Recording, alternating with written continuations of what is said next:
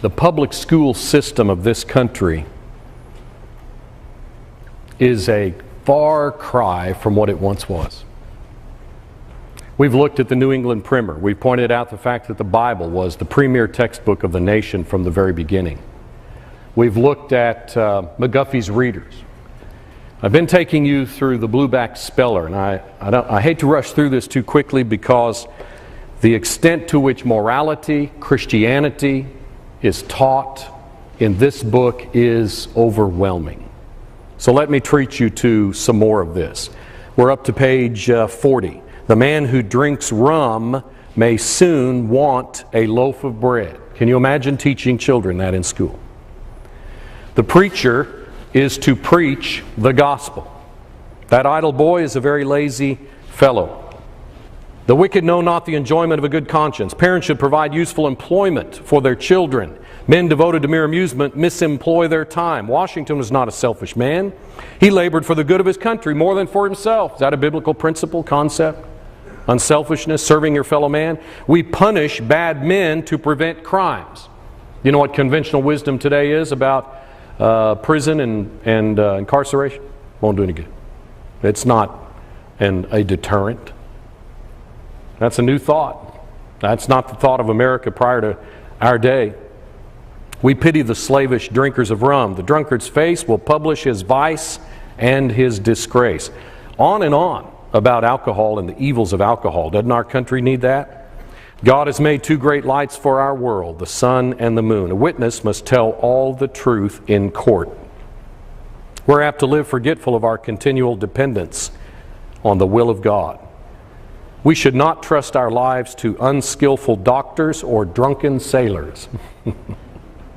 Rum, gin, brandy, and whiskey are destructive enemies to mankind. They destroy more lives than wars, famines, and pestilence. The drunkard's course is progressive. It begins by drinking a little and shortens his life by drinking to excess. Children should answer questions politely. Many persons spend too much time at taverns. God governs the world in infinite wisdom. The Bible teaches us that it is our duty to worship Him. It is a solemn thing to die and appear before God. Good children will submit to the will of their parents. Idle children neglect their books when young and thus reject their advantages. Children should respect and obey their parents. Parents protect and instruct their children. Satan afflicted Job with sore boils. Teachers should try to implant good ideas in the minds of their pupils. If sinners entice thee, consent thou not. Proverbs 1:10. Children may be helpful to their parents. The chewing of tobacco is a useless habit. Judas was a traitor. He betrayed his master. We should be attentive and helpful to strangers. Intemperance is a grievous sin of our country. Parents deserve the kind treatment of children. The rainbow is a token that the world will not be drowned again. Pay the laborer's wages when he has done his work. Prayer is a duty. Confess your sins and forsake them. Proverbs 23:10. Paul addressed Felix upon the subject of a future judgment. We detest robbers and pirates. The wicked transgress the laws of God. Never retaliate an injury, even on an enemy. Never equivocate or prevaricate, but tell the plain truth. Liquors that intoxicate are to be avoided as poison. You must not try to deceive your parents. Before you rise in the morning or retire at night, give thanks to God for His mercies and implore the continuance of His protection. Laws of nature sustained by the immediate presence and agency of God. The heavens declare an almighty power. This just goes on and on and on. How can a young man cleanse his way? Oh, how love I thy law, Psalm 119. No pleasure is equal to that of quiet conscience. Lay not up for yourselves treasures on earth, Matthew 6:20. A miraculous event. A living of trifling amusements is derogatory to the Christian character. Look how offensive these constant references to Christianity would be to people who do not embrace Christianity. Did that stop them from including that in the public school textbook? Of course not.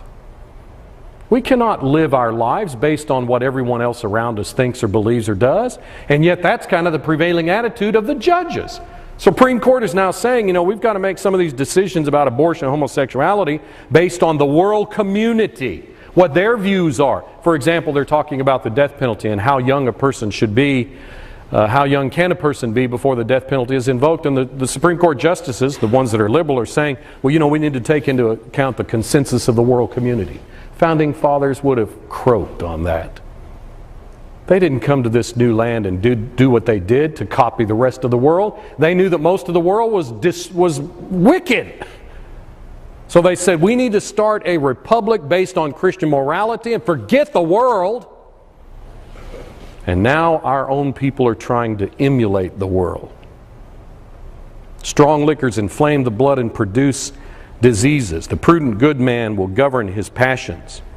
God is the divine legislator. He proclaimed his 10 commandments from Mount Sinai. It's the duty of every good man to inspect the moral conduct of the man who is offered as a legislator at our yearly elections. What? What credentials, what qualifications do you look at before you elect a politician? Their morality. If the people wish for good laws, they may have them by electing good men. The legislative councils of the United States should feel their dependence on the will of a free and virtuous people. Our farmers, mechanics, and merchants compose the strength of our nation. Let them be wise and virtuous and watchful of their liberties. Let them trust no man to legislate for them if he lives in the habitual violation of the laws of his country. How many lawbreakers do we have that are in politics? And they say, oh, well, my personal life doesn't have anything to do with that. Section on idolatry. Do nothing that is injurious to religion, to morals, or to the interest of others. Listen to this, folks. What's the number one reason given in courts for divorce today? Incompatibility. It was once a practice in France to divorce husband and wife for incompatibility of tempers. Just couldn't get along. A practice soon found to be incompatible with social order. Does the Bible teach that? Absolutely. Is America in the throes of experiencing disorder? Absolutely. If we'd been teaching our young people all through the last 50 years that fact, maybe we would be in better shape. Number of references to Christ. The Bible, that is the Old and New Testament, contains the Holy Scriptures. Whatever is wrong is a deviation from right or from the just laws of God or man. How happy men would be if they would always love what is right and hate what is wrong, a reference to Romans. Then at the very end, you have a number of little fables. Look at this one, Fable 1, of the boy that stole apples. An old man found a rude boy upon one of his trees stealing apples and desired him to come down. But the young saucebox told him plainly he would not. "Won't you?" said the old man. "Then I will fetch you down." So he pulled up some turf or grass and threw at him. But this only made the youngster laugh, to think the old man should pretend to beat him down from the tree with grass only. "Well, well," said the old man, "if neither words nor grass will do, I must try what virtue there is in stones." So the old man pelted him heartily with stones, which soon made the young chap hasten down from the tree and beg the old man's pardon. Moral: if good words and gentle means will not reclaim the wicked, they must be dealt with in a more severe manner. That used to be part and parcel of our judicial system and of parenting. It is neither now. What about our universities? I can stand here without fear of any successful contradiction. They're gone. They're gone. They are the centers of political correctness, the centers of Marxist, socialist, atheistic, humanistic, pluralistic teaching. The very opposite of what they were all founded to be. If you don't believe that, pick out a university, go back and look at the original charter. Let me show you one. In the Constitution of the Commonwealth of Massachusetts, there is a reference to the university at Cambridge and the encouragement of literature. Which university would that be? Harvard. Whereas our wise and pious ancestors so early as the year 1636 laid the foundation of Harvard College, named after John Harvard, in which university many persons of great eminence have, by the blessing of God, been initiated in those arts and sciences which qualified them for public employments both in church and state. And whereas the encouragement of arts and sciences and all good literature tends to the honor of God, the advantage of the Christian religion, and the great benefit of this and the other United States of America. Why was Harvard started? What is the purpose of public education? To promote the knowledge of God and Christianity. You check Yale, Princeton, check all of them. That's why they were founded. University system of this country, I'm telling you, is gone. We conclude, from the very beginning of the nation up to the 1950s, American public schools were Bible-oriented. They immersed children. They saturated the spirits of our young with the morals and the teachings and the doctrines of Christianity. What a change. You aware of the fact that we have some national hymns and songs? Of course you are. You've heard these. How about God of Our Fathers, written in 1876? Adopted as the hymn for the centennial, 100-year celebration of the Constitution. My point being references to the God of our fathers. The God of the Bible is the God that directed and blessed the forefathers of this country. That's the point of the song. What about our national anthem? Written by Francis Scott Key, 1814, right back very near the beginning. This is sung at baseball games and many other times and places, isn't it? Did you know there are 4 verses? Look at the 4th verse. Francis Scott Key.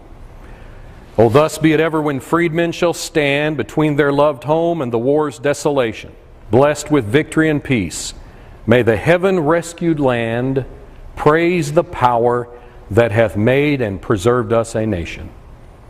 Then conquer we must, when our cause it is just, and this be our motto, in God is our trust. And the star-spangled banner in triumph shall wave o'er the land of the free and the home of the brave.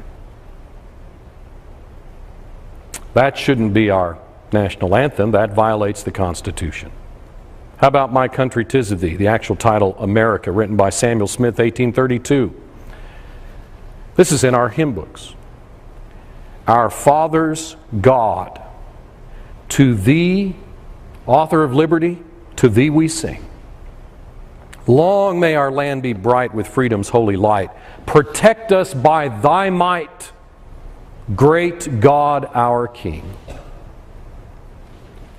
Battle Hymn of the Republic, written during the Civil War by Julia Ward Howe. It is basically a war song based upon the Bible and the appropriateness of war in the name of true moral principles.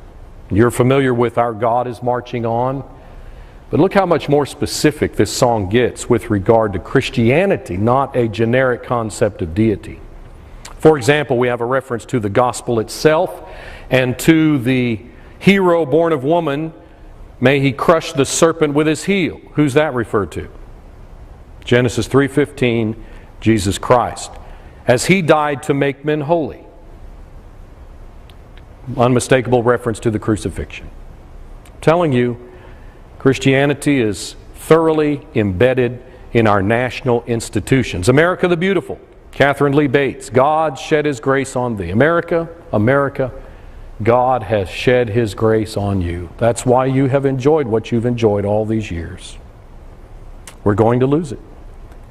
And then have you thought about the fact that all over our country, our counties, our cities, our towns, and many other geographical locations have been named Where have these names come from? Well, a lot of sources. Maybe a geographical location from Europe, like York, England. Well, we'll call this New York. Hampshire, England, we'll call this New Hampshire. A lot of that. A lot of names that are traced to foreign languages. A lot of Spanish names. A lot of American Indian names, right? San Marcos, San Antonio, Spanish names. A lot of unique features of the terrain. You know, maybe flat bottom Kentucky and things like that, where they just picked out a curious geographical feature. War heroes, Pulaski, Tennessee, named after a Polish war general. Other honorees. But you know what?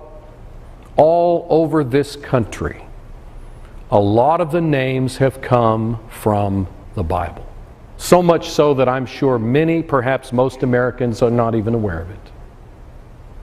I've only begun to tap into this feature, and I've about decided there's no end to it. There are towns with the word gospel. There are Bethlehems all over the country, Nazareth, Trinity, Canaan, Damascus, Dothan and Grace, Alabama. Lots of Antiochs. There's a lot of Matthew, Mark, Luke, and John, sometimes with Saint appended. There's Timothy, Titus, Titusville, St. James, St. Peter, St. Petersburg. Lots of St. Paul and St. Paul's. Lots of St. Joseph's, St. Elizabeth, Stephen, Stevens. Lots of St. Mary and Marys. Mount Zion, people probably don't even know what that refers to from the Bible. There's Adam, Adamsburg, over 24 Adamsvilles. There's Eve, Cain, Abel, Noah, Shem, Ham, Abraham, Lot, Sarah, Isaac. Again, Joseph, Job, Moses, Washington. Lots of Daniels. There's Obadiah, Saul, David, Uriah, Solomon, Samson. Lots of Sinai's and Mount Sinai's. Providence, Rhode Island. Edom, Texas. How would you like to live in Hell, Michigan? Paradise, Texas. Sodom, Maine. That's probably aptly named. Gomorrah, Massachusetts. All over the country.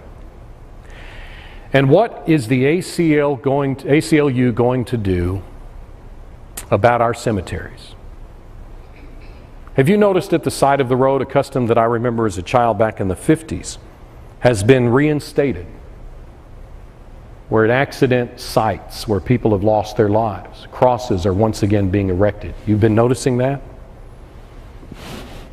I'm amazed that hadn't been stopped, or at least made politically correct by using other religious symbols as well. So far, that seems to be the unanimous approach.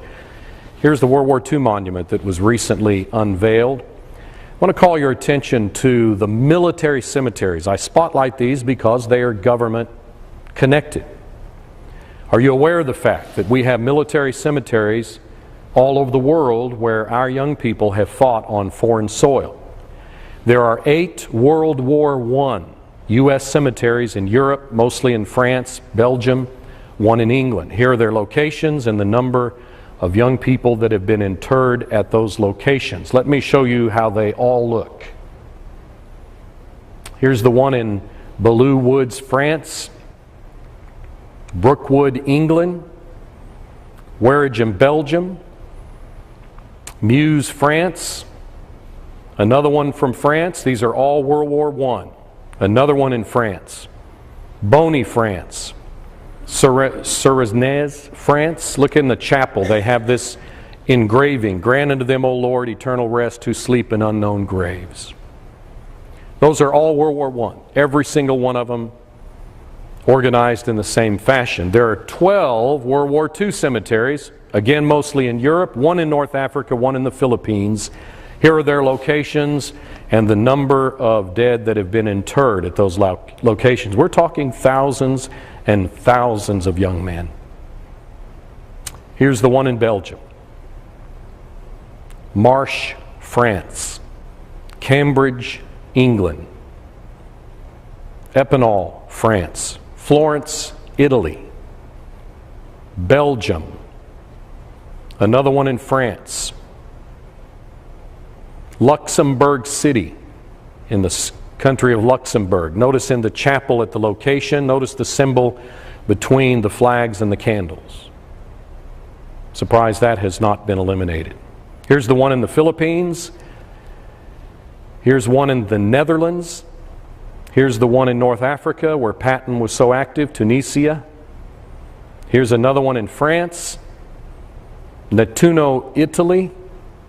And here is the one overlooking the beach at Normandy, Omaha Beach, on the cliffs overlooking this site where literally thousands of young men lost their lives in a matter of minutes.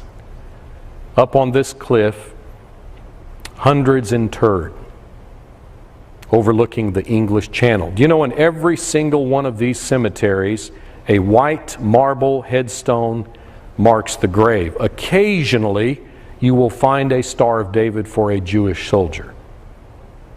But by and large, these cemeteries are dominated by the Christian symbol of the cross.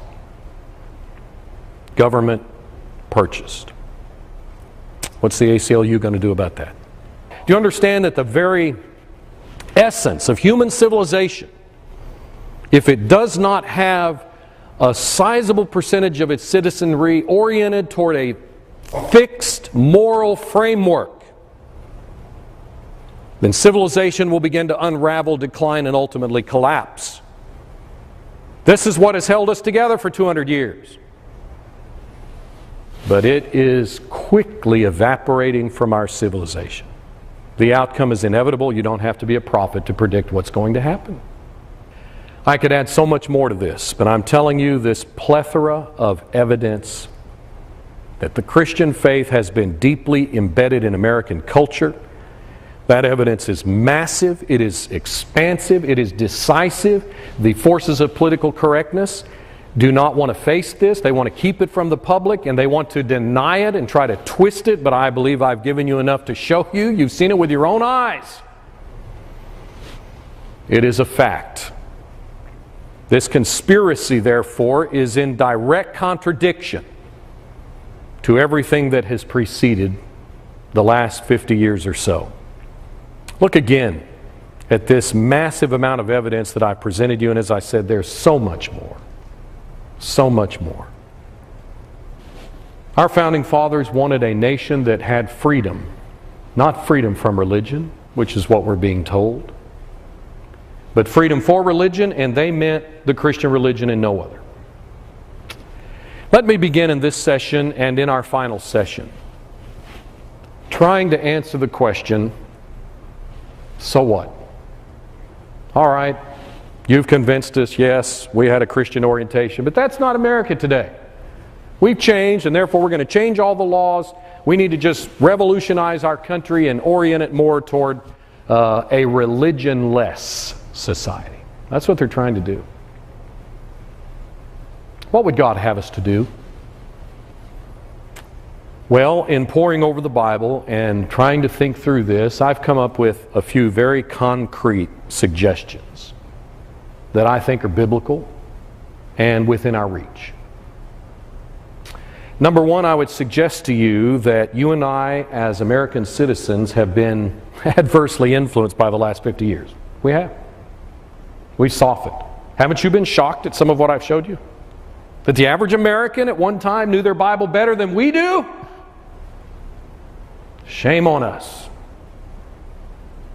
So you and I are going to have to stop allowing our cultural environment and the atmosphere that's been created in the last 50 years from influencing us. We need to shake ourselves out of this lethargy, go back and reacquaint ourselves with true spirituality. So we're going to have to start with ourselves. We need to rededicate ourselves to being serious about this. See, that's hard to do because we have achieved a comfort level, again, unprecedented in human history. Americans have it so good. It is so thorough and extensive that when foreigners come to this country, it almost ruins them. They can't handle the prosperity. And we're like, what's your problem? We take money and throw it around over in foreign countries, and we ruin people because they can't handle it. They don't understand what it's like to be this wealthy. We've become so accustomed to it that we pretty much demand it, expect it, and don't put me out any. Okay, I'm concerned about our country, but I'm busy. I'm playing my grandkids, and I've got retirement or jobs and, just a lot of things that taken up my time. I can't do anything about this. Okay. Don't be surprised what happens. Every civilization that finally experiences some catastrophic alteration, look back at history, a lot of them have done it. In fact, God usually uses an aggressor nation to punish a nation more righteous than the aggressor. That's God. Read Habakkuk. And so when this evil force comes and starts punishing people, suddenly, guess what? They got time. Now we've got time to do something about this. But guess what? It's too late. It's too late. Do you think that those Islamic terrorists who were willing to fly 4 airplanes and kill 3,000 people like that, do you think if they had access to a nuclear device that they would hesitate for a second to use it? Then you see we're not talking about 3,000. They set one of those off in New York, we're talking about 8 million. Do you think that could happen? You think with all of our tremendous military and all of the security, everything we're doing, man, we can stop that from happening? No, we can't. Because such actions have never been ultimately dependent upon your own ability to protect yourself. The Bible's very clear about this. You have to be right with God, and then He will protect you. If you're not right with God, nothing you can do. They're going to get you sooner or later. They're going to get you. If we of all people on the face of this planet do not get serious about being mature, dedicated, disciplined, spiritual people, then the rest of our society doesn't have a ghost of a chance. It's got to start with us and our families. We need to demand that our families straighten up, or basically get out, because this is of eternal consequence. We are in a critical moment in history, and we need to be decisive and determined. That means then we need to make certain that our children are going to follow our cultural, moral, spiritual values. Remember what God said about Abraham? I know Abraham. He'll command his family, and they will do what he tells them to do on spiritual matters. I never thought I would say, maybe we need to just drop the public school system. Just bail out. A lot of Americans are. Lots of them. That too is unprecedented in American history. But I'm at the point of saying it. I'm telling you, the average public school system in this country, even one where our children attended, which was very conservative, they are being fed sinister, evil things on a daily basis that you don't even know is going on, and if you do, who knows whether you're counteracting it.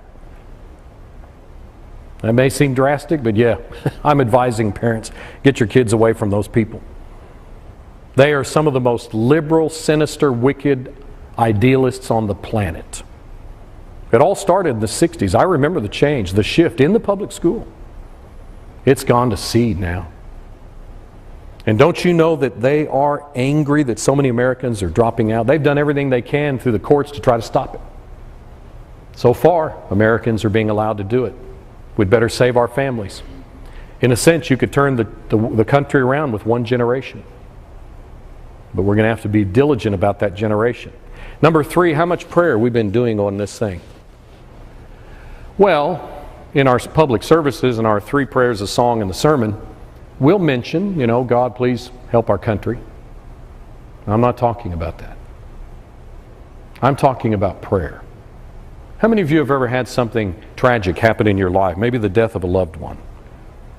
Do you remember how your schedule suddenly changed? You thought, I've got to do this week, this week. I can't take off work. I've got to. But suddenly when something like that happened, you took off work. And your life came to a screeching halt. And for 2 or 3 days, you went through a mourning process. You just did. I believe we're at that point. I don't think a little prayer here and there is going to do it. I think, for example, that 1.2 million members of the Church of Christ are going to have to get down on their knees and look up to the God of the universe and say, man, we are in big trouble. We desperately need your help. Help us deal with this situation. Do what can be done providentially. Help us to know what we need to do this. When was the last time the elders of churches all over this country told the membership, all right, we want the whole membership to be here Thursday night. We're going to spend 2 hours in solid prayer. No announcements, no songs. We're going to pray to God and beg Him. We are under a state of national emergency. The God you read about in the Bible, would He do anything about that? Would He give any sort of response? Would He listen to His people pleading and crying out to Him day and night?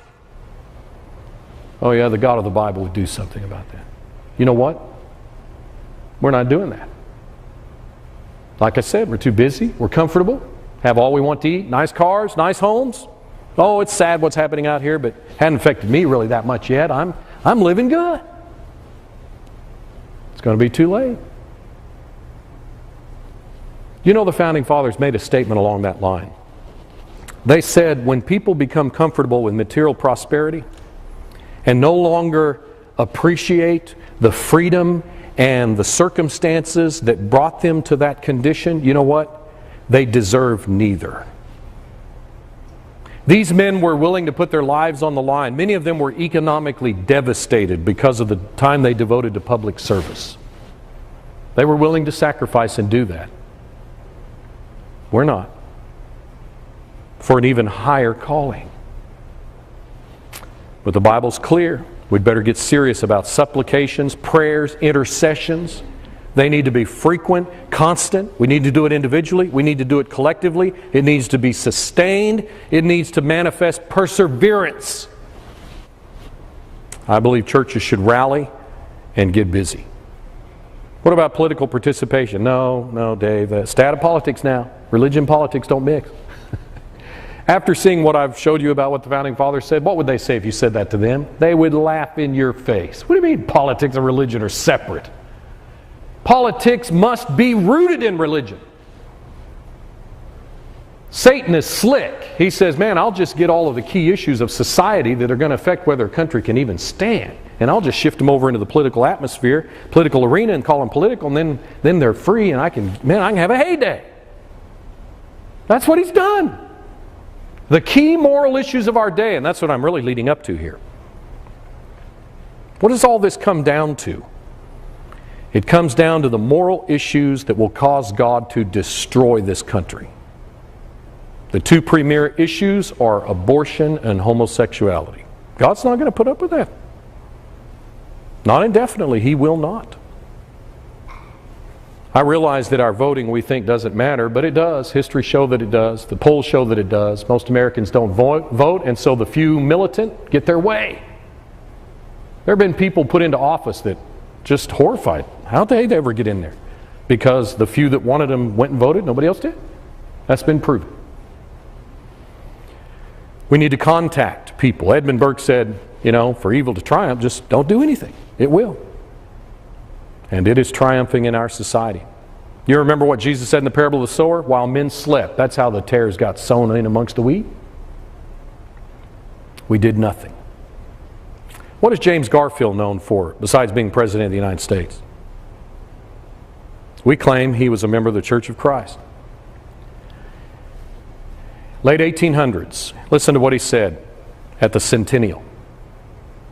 Now more than ever before, the people are responsible for the character of their Congress. If that body be ignorant, reckless, and corrupt, it is because the people tolerate ignorance, recklessness, and corruption. If it be intelligent, brave, and pure, it is because the people demand these high qualities to represent them in the national legislature. If the next centennial does not find us a great nation, it will be because those who represent the enterprise, the culture, and the morality of the nation do not aid in controlling the political forces. That's prophetic.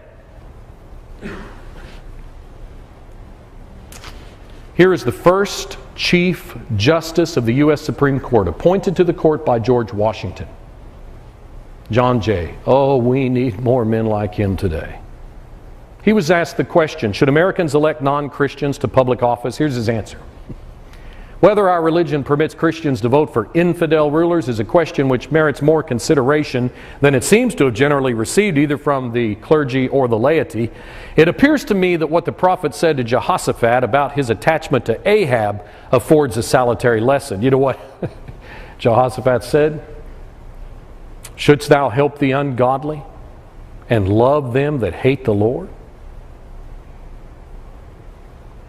Probably the group of people in our nation that hate the Lord the most now is the Hollywood crowd.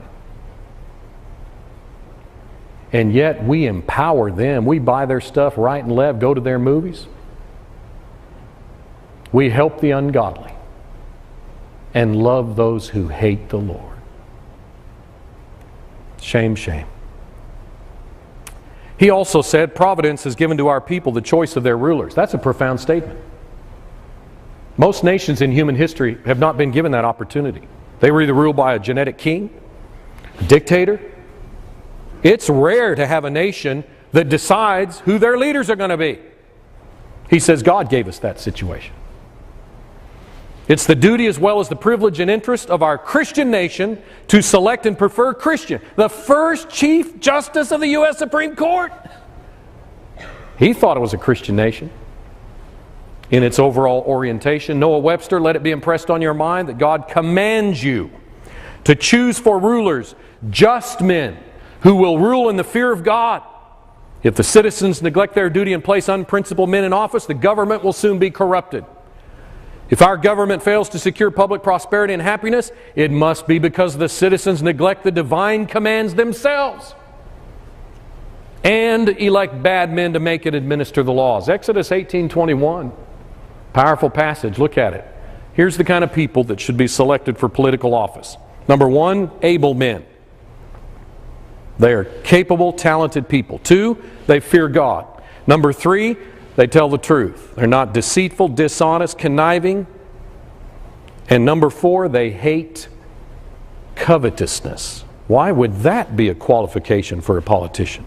How many times has our political forces, political authorities voted themselves pay increases, exempted themselves from all of the restrictions we have? We've got a bunch of greedy people that are in control. We deserve the response, the result. Proverbs 29, when righteous are in authority, the people rejoice. When a wicked man rules, the people groan. The king establishes the land by justice, but you receive bribes, you're going to overthrow the country. Is that going on in our country? All over the place. I believe we need to get involved politically, folks, because when God said, I want you to go into all the world and preach the gospel to every creature, that did not exempt the politicians. They need to be preached to too. I think we ought to investigate these people. There are voter guides that tell us about it. In fact, just pick up the phone and call them. This can be done in 10 minutes or less. Ask them 3 questions. What do you think is the relationship between God and government, religion, and our country? Oh, I think, this is a free country. You can believe what you want, religion. We ought to keep that out of the government. Okay, you got your answer.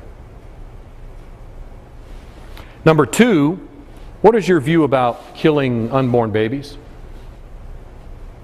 When they open their mouth, even if they want to tap dance and avoid the issue, you're going to find out where they stand pretty quick.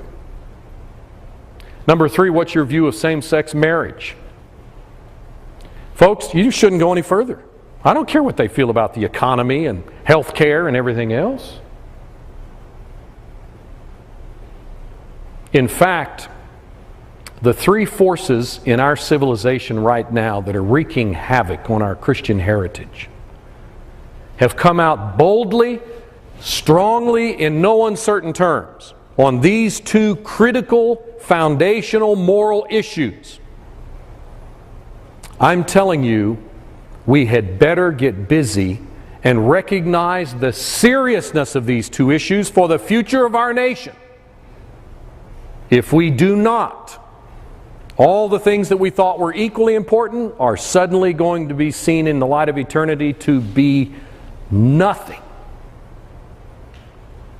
And we are going to find that God was outraged that these two behaviors have become rampant in our land.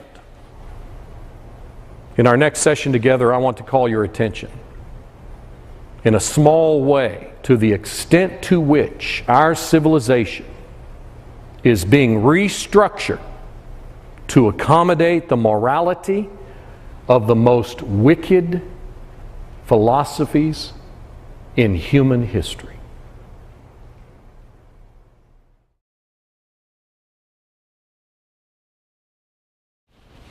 The public school system of this country